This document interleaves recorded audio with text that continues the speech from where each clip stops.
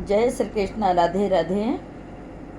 और चलिए गीता का हम 5वां अध्याय का 12वां भाग हम सुनते हैं। गीता का 12वां भाग है, तो चलिए यहाँ से शुरू करते हैं। ज्ञानी जनों का विचार है कि दोनों में से किसी एक में भी सभ्यक प्रकार से स्थित पुरुष दोनों के ही फल अर्थात परमात्मा को प्राप्त करता है।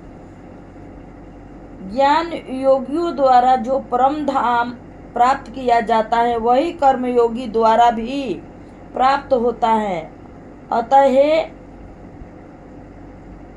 जो पुरुष ज्ञान और कर्म योग के फल को एक समान एक ही रूप में देखता है, वास्तव में वह अतार्थ को देखता है। किंतु हे महाबाहु, कर्म योग के बिना संन्यास अर्थात मन, इंद्रिया तथा शरीर के द्वारा होने वाले संपूर्ण कर्मों के कर्तापन के त्याग को प्राप्त करना कठिन है, और भगवत स्वरूप का चिंतन करने वाला कर्मयोगी परमात्मा को अत्यंत शीघ्र ही प्राप्त कर लेता है।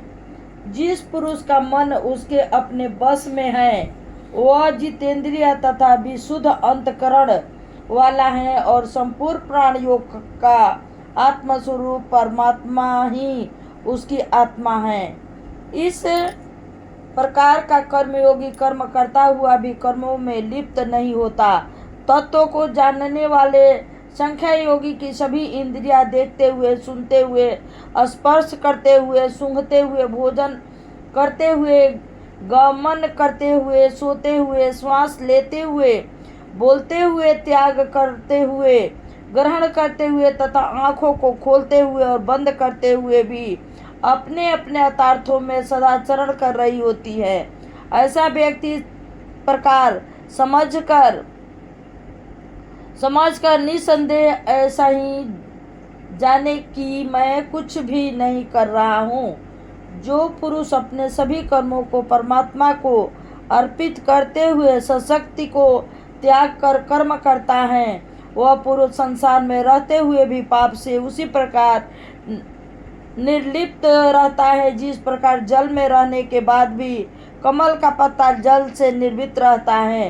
कर्मयोगी ममत्व बुद्धि रहित होकर केवल इंद्रिय, मन, बुद्धि तथा शरीर में अनासक्ति का भाव रखते हुए चित्त की शुद्धता के निर्मित कर्म करते हुए सुखी रहता है। वह कर्मों के फल का त्याग करके भगवत प्राप्ति रूपी शांति को प्राप्त करता है।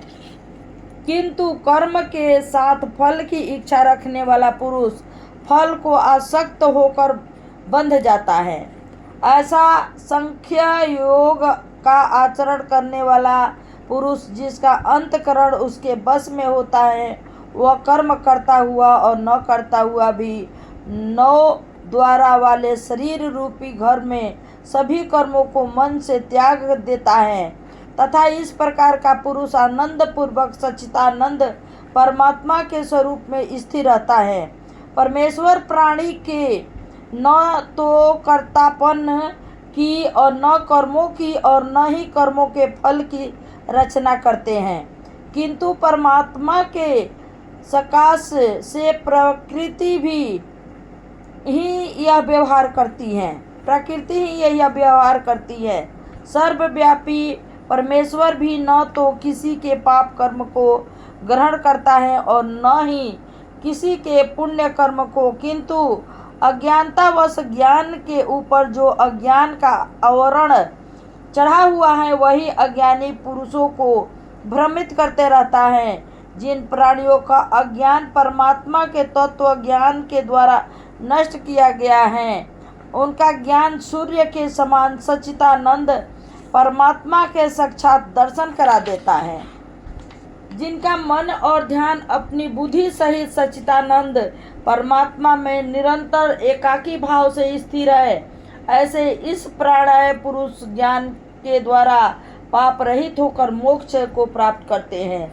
इस प्रकार के ज्ञानी जन विद्या और विनय युक्त ब्राह्मण में गाय, हाथी, कुत्ते तथा चंडाल में भी समदर्शी ही होते हैं। जिनका मन समभाव में स्थित है, उनके द्वारा जीवित अथवा अवस्था में ही संपूर्ण संसार को जीत लिया गया है।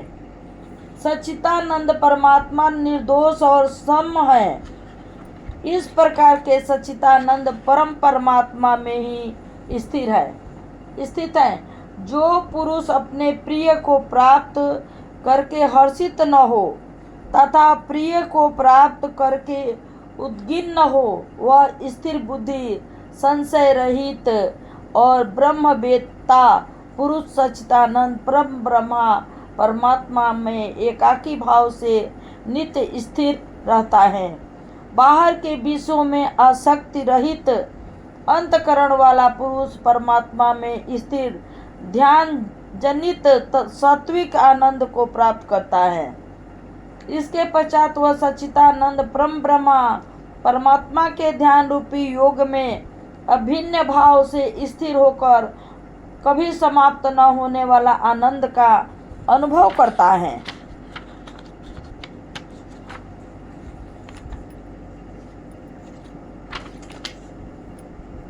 इंद्रियां तथा विषयों के सहयोग से उत्पन्न होने वाला सभी भोग यद्यपि विषयी पुरुष को सुखमय प्रतीत होते हैं, तथापि ये वास्तव में दुख का ही कारण बनते हैं। ये आदि अंत वाले अनित्य हैं। अतः एव हे अर्जुन, बुद्धिमान तथा विवेकशील पुरुष इनमें नहीं रमते। जो साधक पुरुष इस मानव शरीर का नाश होने से पूर्व ही काम तथा क्रोध से उत्पन्न होने वाला वेग को सहन करने में समर्थ हो जाता है, वही पुरुष योगी कहलाता है तथा वही सुखी होता है। जो पुरुष आत्मा में सुख अनुभव करने वाला है, आत्मा में रमण करने वाला है तथा आत्मा में ही ज्ञान मानने वाला है तथा सच्चिदानंद पर ब्रह्मा परमात्मा के साथ एकाकी भाव को प्राप्त करता है तथा असंख्य योगी शांत ब्रह्म को प्राप्त करता है, जिन पुरुषों के सभी पाप नष्ट हो गए हो, जिनके सभी संशय ज्ञान के द्वारा समाप्त हो गए हो, जो सभी प्राणियों के कल्याण के लिए जुटे हुए तथा जिनका जीता गया मन निश्चल भाव से परमात्मा में स्थिर हो, वो ब्रह्मा बेता पुरुष शांत ब्रह्मा को प्राप्त करते हैं तथा काम तथा क्रोध से हीन अंतकरण को जीतने वाला और परम ब्रह्मा परमात्मा को साक्षात्कार किए हुए ज्ञानी पुरुष के लिए सभी ओर से शांत परम ब्रह्मा परमात्मा ही परिपूर्ण है। ब्रह्म विषय भोगों को चिंतन न करके उन्हें बाहर ही निकाल फेंकने वाला, नेत्रों की दृष्टि को मुक्ति के मध्यम स्थिर करने वाला तथा नासिका में विचरण करने वाला प्राण और अपन आयु को सम करके जो अपनी इंद्रियों को, मन को तथा बुद्धि को द्वारा जितना हो सके मोक्ष प्राण है, पुरुष इच्छा भय और क्रोध से रहित हो जाता है तथा सदा मुक्त ही रहता है। मेरा भक्त केवल मुझे ही सर्वव्यापी मानता है। वो यज्ञ तप तथा सभी प्रकार के कृतज्ञों द्वारा मेरा ही दर्शन करता है। वो आत्म स्वरूप का ज्ञान प्राप्त करके परम शांति का अनुभव करता है। इति मध्वत भागवत गीता रूपी उपनिषद तथा एवं ब्रह्म विद्या तथा योग शास्त्र विधेयक श्री कृष्ण और अर्जुन के संवाद में कर्म संन्यास योग नामक 5वां अध्याय।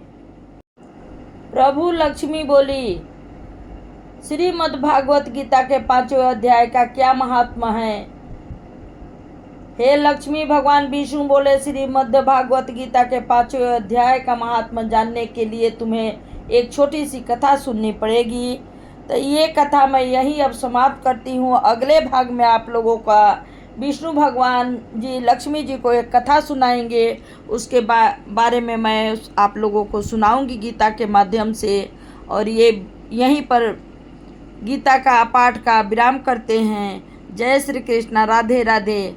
ओम नमो भगवते वासुदेवाय, ओम नमो भगवते वासुदेवाय। और लक्ष्मी जी पूछ रही हैं विष्णु भगवान से। अगले भाग में आप लोग सुनिएगा। जय जय श्री राधे, जय जय श्री राधे।